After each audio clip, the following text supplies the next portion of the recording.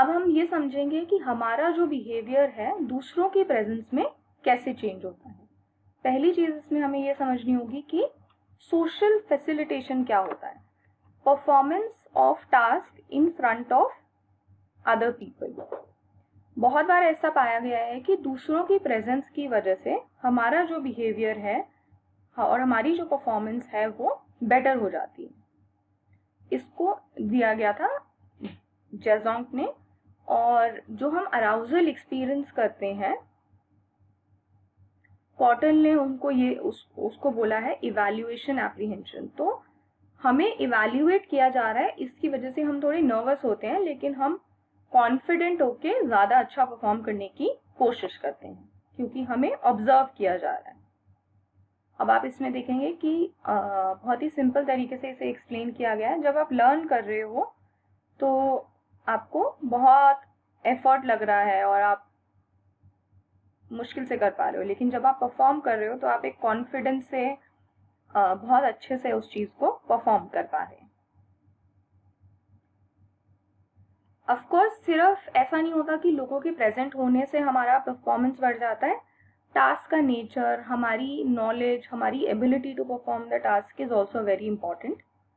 तो टास्क अगर इजी होगा तो हम अच्छे से परफॉर्म कर पाएंगे ऑडियंस की प्रेजेंस में, बट अगर बहुत कॉम्प्लेक्स या डिफिकल्ट होगा और हमें नहीं आता होगा तो हम लोग बहुत बुरा परफॉर्म करेंगे।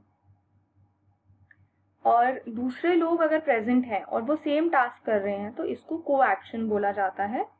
तो तब जो है एक और इम्पॉर्टेंट एस्पेक्ट आ जाता है जिसे कहा जाता है सोशल कंपैरिजन एंड कंपटीशन। तो कंपटीशन की फीलिंग भी वहां पे प्रेजेंट होती है।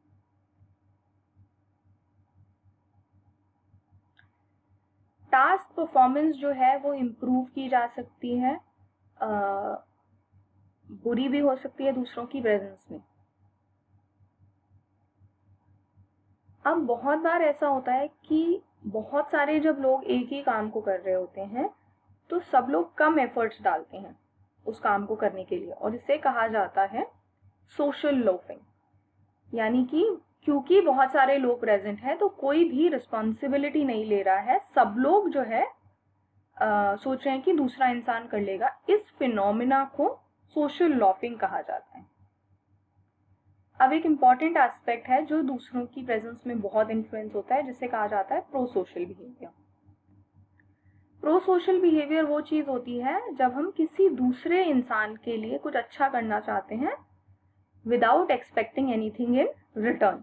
तो हम अपना इंटरेस्ट छोड़ के दूसरों के लिए अच्छा करना चाह रहे हैं।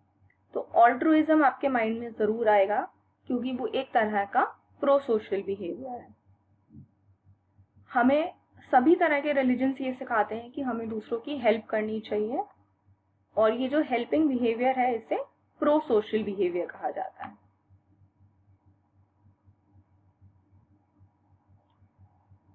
यानी कि हमारा आइडिया ये है कि हम दूसरे की हेल्प कर रहे हैं और हम एक्सपेक्ट नहीं कर रहे कि हमें कुछ रिटर्न में मिले। हम ये सब विलिंगली कर रहे हैं, किसी को दिखाने के लिए नहीं कर रहे, किसी सोशल मीडिया प्रोफाइल पे डालने के लिए नहीं कर रहे हैं, और इससे हमें कोई एडवांटेज नहीं हो रहा लेकिन हमें डिफिकल्टी हो रही है, मतलब इसकी हमें कॉस्ट देनी पड़ रही है। ये इनबॉर्न नेचुरल टेंडेंसी भी होती है ह्यूमन बींग्स में, और वो लर्निंग से भी इन्फ्लुएंस होती है, कल्चर से भी इन्फ्लुएंस होती है, हमारे नॉर्म्स क्या है सोसाइटी के उससे भी इन्फ्लुएंस होती है। जो सबसे इम्पॉर्टेंट 3 नॉर्म्स हैं जो इसको इन्फ्लुएंस करते हैं वो है social responsibility, reciprocity and equity. Social responsibility में बेसिकली यही आता है कि जो भी जिसको भी हेल्प की रिक्वायरमेंट है हमें उसकी मदद करनी चाहिए और कोई फैक्टर को हम कंसिडर नहीं करते हैं। रेसिप्रोसिटी यानी कि जिसने हमारी हेल्प की है पास्ट में हम उसकी हेल्प करें अभी। नॉर्म ऑफ इक्विटी क्या कहता है कि हम उसी की मदद करें जब हमें लगे कि ये फेयर है, तो हमारी फेयरनेस के हिसाब से हम दूसरे इंसान की मदद कर रहे हैं।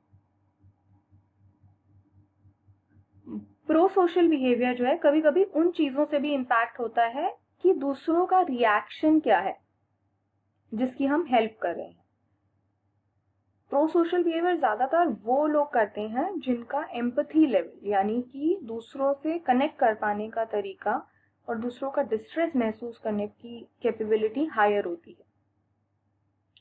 प्रो सोशल बिहेवियर कभी कभी नहीं भी होता, कम भी हो जाता है ऐसे फैक्टर से, यानी कि अगर किसी का मूड खराब है तो वो ध्यान नहीं दे पा रहे हैं या फिर अपनी ही जिंदगी में इतने बिजी हैं या प्रॉब्लम्स में इतने बिजी हैं तो वो ऐसा सोच ही नहीं पा रहे हैं। और ऐसा भी अब होता है कि हम सोचे कि इसको डिजर्व करता है, इसके साथ बुरा हो, तो भी हम हेल्प नहीं करते या सोचते हैं कि ये नहीं करना चाहिए। तो प्रो सोशल बिहेवियर हमेशा नहीं प्रेजेंट होता, पर कभी कभी कुछ फैक्टर्स से इन्फ्लुएंस्ड होता है।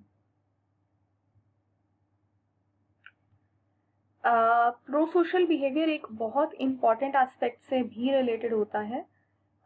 जब बहुत सारे लोग प्रेजेंट हो, यानी कि एक से ज़्यादा लोग अगर सिचुएशन में प्रेजेंट हो, तो कभी कभी ऐसा होता है कि लोग हेल्प नहीं करते हैं क्योंकि हर कोई ये सोचता है कि दूसरा बंदा कर लेगा, मैं क्यों करूं। So they expect others to take responsibility और इसे डिफ्यूजन ऑफ रिस्पॉन्सिबिलिटी कहा जाता है।